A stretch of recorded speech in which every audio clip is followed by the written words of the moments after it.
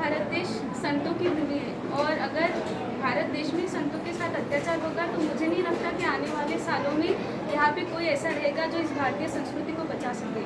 अगर हमारे देश में आज संस्कृति है तो केवल और केवल हमारे संतों के कारण।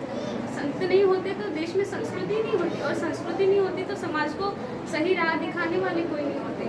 तो आज और इस युग में अगर किसी ने सबसे ज़्यादा संस्कृति का प्रचार किया है तो वो आशाराम जी बापू है। अगर युवाओं को सही राह किसी ने दिखाई है तो वो आशाराम जी बापू है। अगर महिलाओं को नारी से नारायणी किसी ने बनाया है तो वो आशाराम जी बापू है। अगर बच्चों को अच्छे संस्कार किसी ने दिए हो तो वो आशाराम जी बापू है। इस युग में उन्होंने कल्याण का कोई मार्ग नहीं छोड़ा लोगों के लिए और ऐसे संत जिन्होंने अपना पूरा जीवन समाज के कल्याण के लिए, समाज को सही राह दिखाने के लिए, समाज को ज्ञान देने के लिए और समाज की सहायता करने के लिए पूरा अपना जीवन लगाया, ऐसे संतों पर आज अत्याचार किए जा रहे हैं।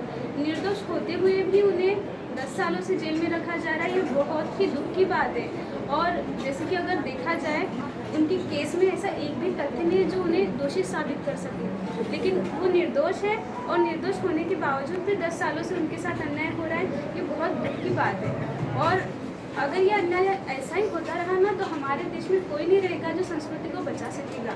तो इस देश में अगर संस्कृति को बचाना है, लोगों को सही राह देनी है और युवाओं को, अगर खासकर युवाओं का कल्याण करना है, इस देश की पीढ़ी को आगे बढ़ाना है तो संत श्री आशाराम जी बापू जैसे संत इस धरती पे चाहिए ही चाहिए। और हम सब की तो यही मांग है कि हमें बापूजी चाहिए। हम युवाओं की एक ही मांग, बापूजी को रिहा करो, रिहा करो, रिहा करो, बापूजी को रिहा करो, रिहा करो।